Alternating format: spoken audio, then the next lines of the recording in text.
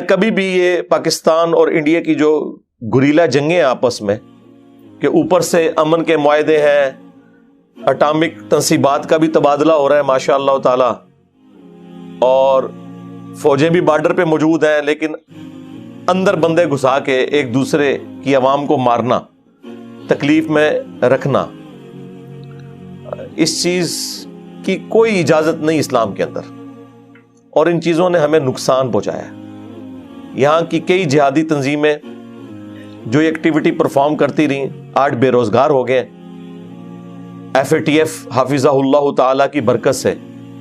اور بعد میں ضرب عزب حافظہ اللہ تعالی,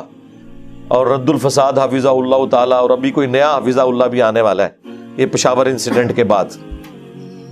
تو اس کی برکت سے اب سب کو سمجھ آ گئی ہے کہ ان چیزوں کا کوئی فائدہ نہیں ہے. قرآن و سنت کی روشنی میں تو یہ پہلی فراڈ تھا جو کچھ ہو رہا تھا, لیکن اس کے خلاف جو بھی بولتا تھا اسے کہتے تھے یہ غدار وطن ہے. جو لوگ ان کو اس وقت مت دیا کرتے تھے وہ غدار وطن تھے, تو آج انہیں میڈلز بنانے چاہیے کہ تم نے ذلیل و خوار کر کے اس قوم کو اس پستی میں گرا کے جو سبق سیکھا ہے, تو ایٹ لیسٹ ان لوگوں کا شکریہ ادا کرو جو اس وقت تمہیں سمجھایا کرتے تھے. آج بھی سنبھل جاؤ, ورنہ آپ یہ دیکھ لیں جو پشاور انسیڈنٹ ہوا ہے. یار مجھے بتائیں اس واقعے کے بعد ہم مسلمان کس منہ سے نان مسلمز کو یہ دعوت دے سکتے ہیں کہ اسلام از اے ریلیجن آف پیس؟ وہ کہیں گے اے پیس, کہ مارنے والے بھی مسلمان, مرنے والے بھی مسلمان. مارنے والا بھی اپنے آپ کو شہید سمجھ رہا ہے, اور جسے مارا جا رہا ہے وہ بھی اپنے آپ کو شہید سمجھ رہا ہے. داڑھی اس نے بھی رکھی ہوئی ہے, داڑھی اس نے بھی رکھی ہوئی ہے, اور فخریہ ذمہ داریاں قبول کی جاتی ہیں. یار مسجد میں, اسلام میں تو آپ کسی غیر مسلم کی عبادت گاہ کے اوپر بھی اس طریقے سے حملہ نہیں کر سکتے. اور ایک اللہ, ایک رسول, ایک قرآن کے ماننے والے دین کے نام کے اوپر یہ سب کچھ کر رہے ہیں, اور پھر فخریہ وہ ذمہ داری قبول کرتے ہیں کہ جی ہم نے یہ کارنامہ کیا ہے. آج اللہ کے نبی علیہ السلام دنیا میں موجود ہوں تو یہ لوگ جو کہ ذمہ داریاں قبول کر رہے ہیں, کیا ان سے خوش ہوں گے یا اعلان برات کر دیں گے؟ اللہ کے نبی علیہ السلام تو ان سے فرمائیں گے کہ بھائی قرآن تم نے نہیں پڑھا تھا. سورۃ المائدہ کی آیت نمبر 32 کہ جس نے ایک جان کو ابھی ناحق قتل کیا سوائے 2 استثناء کے, کہ قتل کے بدلے قتل ہو رہا ہو, اور وہ بھی جوڈیشری کے تھرو قاتل کو قتل کیا جائے گا. یہ نہیں کہ انہوں نے ہمارے اتنے بندے مارے ہم اتنے مار دیں گے, نہ. یا فساد فی الارض کرتا ہو, وہ بھی جوڈیشری کے تھرو. یہ نہیں ہے کہ میں ڈیسائیڈ کروں گا کہ یہ جو ہے غدار وطن ہے اور یہ حب الوطنی کا سرٹیفکیٹ سے ملتا ہے, نہیں, جوڈیشری کے تھرو. یہ 2 استثناء, ان کے سوا اگر کسی انسان نے دوسرے انسان کو قتل کیا, انسان کو, مسلمان نہیں, کوئی بھی زیرو انسان, گویا اس نے پوری انسانیت کا قتل کیا. اور جس نے ایک جان کی زندگی بچائی گویا اس نے پوری انسانیت کو بچا لیا. اور پھر جس شان سے اللہ تعالیٰ نے سورۃ البقرہ میں فرمایا وَلَكُمْ فِي الْقِصَاصِ حَيَاةٌ يَا أُولِي الْأَلْبَابِ, قتل کے بدلے قتل کرنے میں انسانیت کی زندگی چھپی ہے اے عقل مندو, تاکہ تم بچ سکو. باقی تمام گناہوں کے لیے اسلام میں یہ ہے کہ معافی اور درگزر کی روش اختیار کرو, لیکن قتل اتنا بڑا جرم ہے کہ اس کے اگینسٹ اللہ نے فرمایا کہ قتل کے بدلے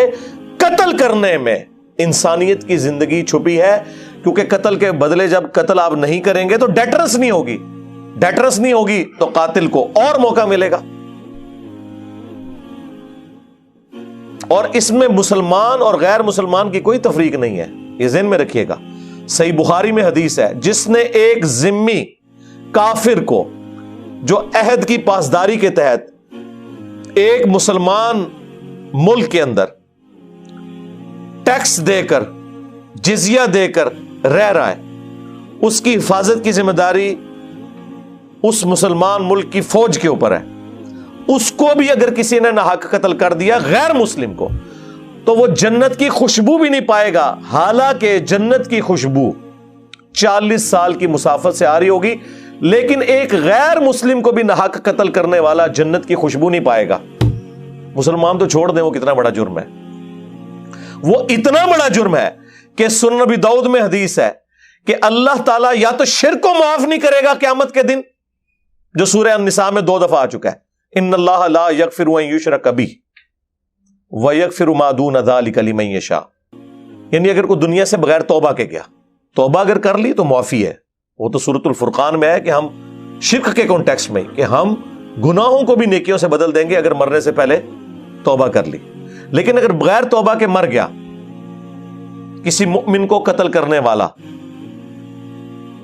تو وہ بھی قیامت والے دن اللہ کے حضور قابل معافی نہیں ہے۔ 2 لوگ قابل معافی نہیں ہے، نمبر 1 شرک کرنے والا، اور نمبر 2 ایک مؤمن کا قتل ناحق کرنے والا۔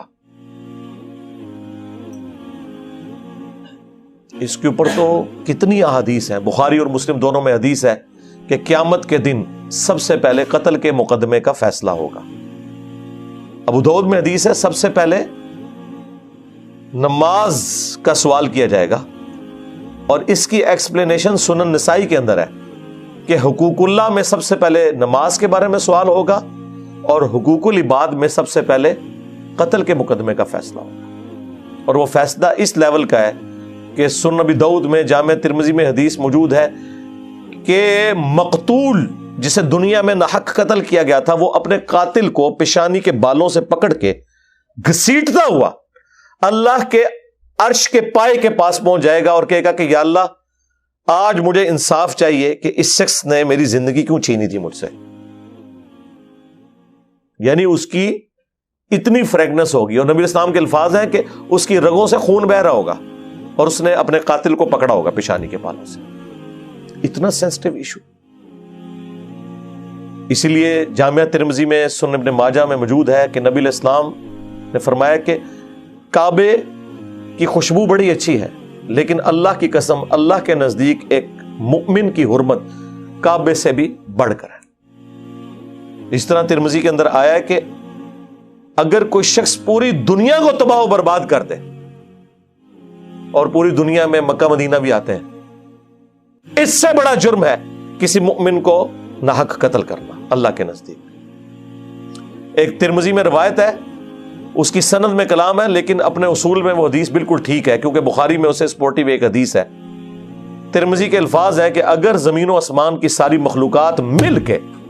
ایک مومن کو قتل کر دے تو اللہ تعالیٰ پرواہ نہیں کرے گا